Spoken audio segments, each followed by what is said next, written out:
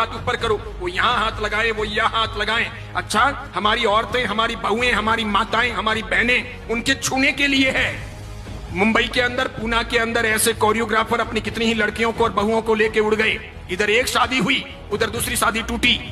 वो कोरियोग्राफी करने के लिए रोज उस शादी के फंक्शन के लिए आता था। महीने भर तक उन्होंने घर की महिलाओं और बहुओं को सब सिखाया। उसी के अंदर एक बहू के साथ प्यार हो गया, इधर शादी निपटी। सेकेंड डे सवेरे वो इस बहू को लेकर रफू चक्कर हो गया, शादी कर ली उसने। समझ रहे हो आप? ये चीजें होगी। साड़ियां भी खुद पहननी सीखनी चाहिए। कोई फैशन डिजाइनर हमें साड़ी पहनाने आए और वो मर्द हो, अच्छा, वो यहां तक हमें छुए और उसके साथ में हमारे घर का भाई हस्तमिलाप करेगा, साला दिमाग खराब हुआ है क्या? क्या जरूरत है ऐसी? दादियों से पूछो, उनको किसी ने छुआ था क्या? मम्मियों से पूछो, किसी को छुआ था क्या? छूने दिया था क्या? अच्छी बहनों को कोल्हापुरी पहन के रखना चाहिए, तुरंत बाहर निकलना चाहिए, एक लगानी चाहिए, कम से कम 2 दांत तो बाहर आ जाने चाहिए। नहीं आते हो तो मुझे को, मैं सिखाऊंगा आपको कैसे दांत बाहर निकालने चाहिए।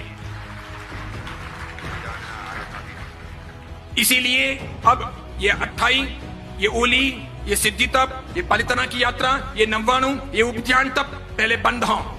वो करें जिनको ये सब ना करना हो, जिनको डांडिया खेलना हो, जिनको कोरियोग्राफर को यहां सब हाथ लगवाने हो, इस प्रकार के नाच करने हो।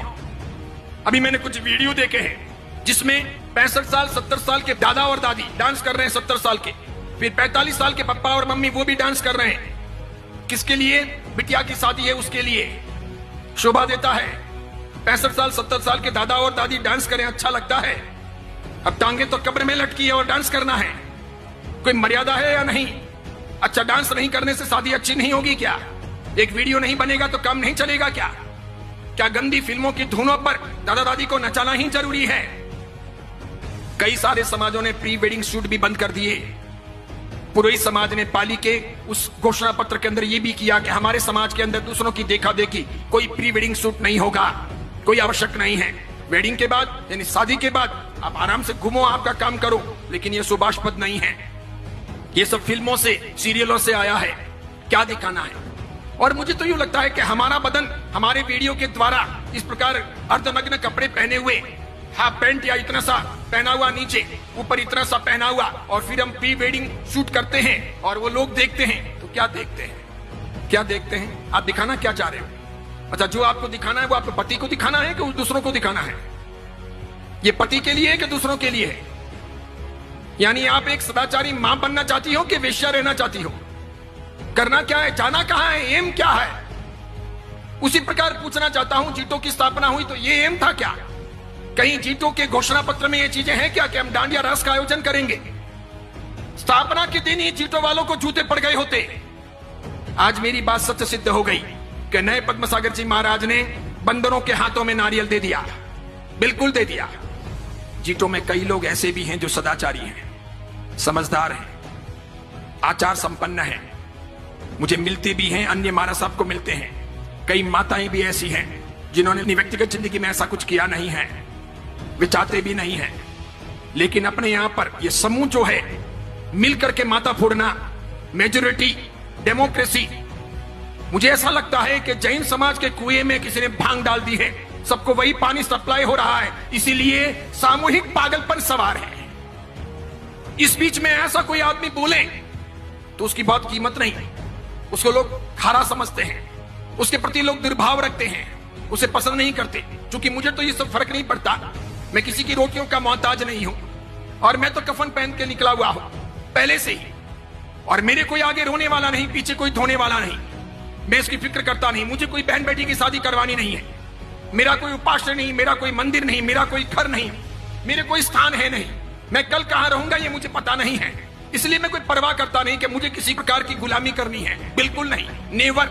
मैं तो सत्व के आधार पर जीने वाला आदमी हूं। जितने केस होने दें, जितने दुश्मन सामने आए आने दें, जिस मुकाम पर मौत होगी होगी, एक बार होगी, 2 बार थोड़ी होती है मौत, एक बार होगी। और किसी के सर्टिफिकेट से मुझे कोई स्वर्ग या मोक्ष थोड़ी मिलेगा, तो क्या फर्क पड़ता है कोई मेरे बारे में क्या बोलता है, कुछ भी कहे। इसीलिए मेरी फिक्र मत कीजिए, मुझे चिंता है समाज की। भगवान महावीर का समाज चिंता रहा, वो पवित्र रहा, अच्छा रहा, तो साधु साध्वियों का और हमारे सब कामों का कोई व्रत रहेगा। अगर भगवान महावीर का समाज ही कमजोर पड़ गया तो मेरे एक के मजबूत होने से क्या होगा? मेरे एक के जिंदा रहने या लंबी उम्र पा लेने से भी क्या होगा? मैं व्यक्तिगत सफलताओं को समाज के सामने, धर्म के सामने महत्वपूर्ण नहीं मानता। मेरी व्यक्तिगत सफलताएं कितनी भी हों, अगर वो व्यक्तिगत सफलताएं मेरे समाज के लिए, मेरे धर्म के लिए उपयोग में नहीं आती है तो मेरा जीना हराम है। फुकट की रोटियां खा करके कोई मतलब नहीं है।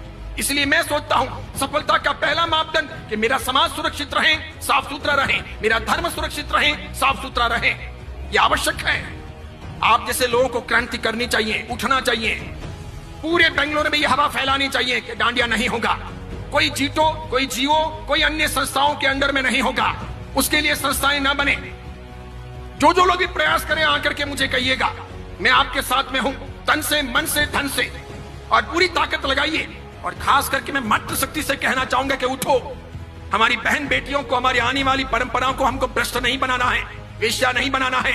जवानी के दिन तो चले जाएंगे, उनको लोगों के सामने नहीं थिरकाना है। वो गंदे गंदे फिल्मों के गीत क्या सिखाने हैं, क्या जरूरत है, और क्या क्या होगा, और वापस रात्रि भोजन होगा। इसलिए जीतों की भलाई इसी में है कि वो समझें, वो मर्यादा में रहें, वो ऐसे काम ना करें। वो IAS IPS के लिए काम कर रहा है, वो बहुत अच्छा है, वो कीजिए। एजुकेशन के लिए, साधर्मिक भक्ति के लिए, मेडिसिन के लिए, या फिर साधु साध्वी के वैयावच यानी श्रवण आरोग्यम के लिए जो काम कर रहा है वो अच्छा है, बहुत बढ़िया है। इसके लिए वे अभिनंदन के पात्र हैं। लेकिन ये जो काम किया जा रहा है, इसमें जो लोग भी लगे हुए हैं, बस इसी में शान है कि चुपचाप पीछे हट जाएं, ना करें। इसका अंजाम अच्छा नहीं होगा। फिर ऐसा ना हो कि हमको दूसरे कोई तरीके अपनाने पड़े बंद करवाने के लिए। ऐसी चीजें मान्य नहीं होनी चाहिए।